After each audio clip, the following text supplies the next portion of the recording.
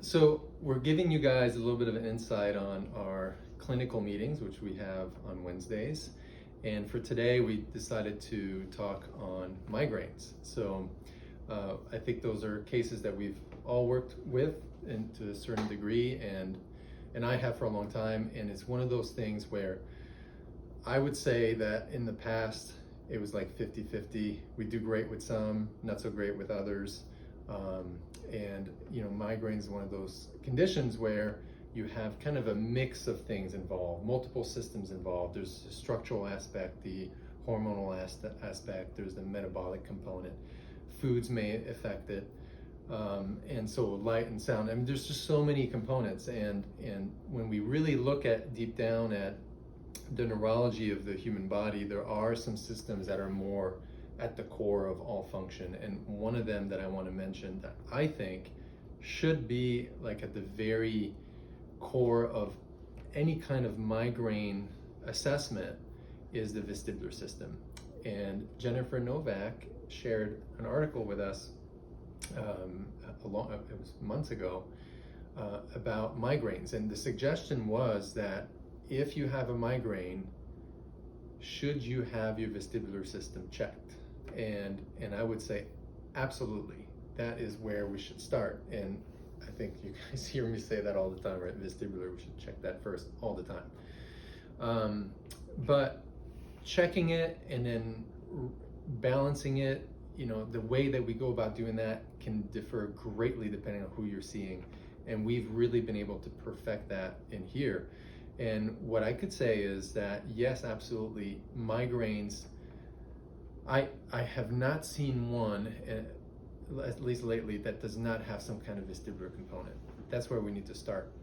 Second, you get a heightened sensitization of the peripheral system, where the nerves that give you innervation of your head and face, and they're just hypersensitized. And one other tool that we use is a device called the StimPod. And what it does is it actually modulates peripheral nerves. It promotes healing in the nerves. It's not just stimulating the nerves, it's actually healing the nerves.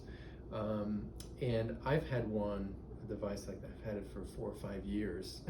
And I went for like 3 years without ever using it because I didn't realize that that's how effective it could be on migraines until more recently. So what I've been doing lately is calibrating the vestibular, the visual, and the sensory system together. We start there. That by itself has an immediate impact on muscle tone in the neck. It has an impact on sensation. It has an impact on blood flow, on the autonomic system. Just that part alone, a lot of people will start feeling better from.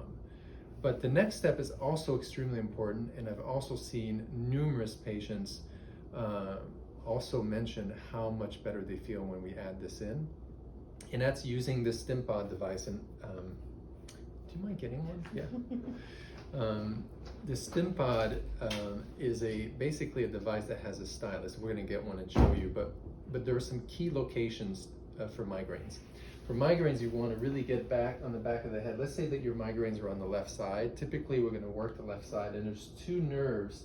They're called the greater and lesser occipital nerves on the same side. They supply sensation of the head and the face, but primarily the head. The face is a trigeminal nerve. And so what we do is we use the stylus here, and we're going to get right on the occipital nerve, the greater and the lesser branch, 2 branches right here. We get right on it, and you can feel when it's on, you'll feel the sensation along the back of your head.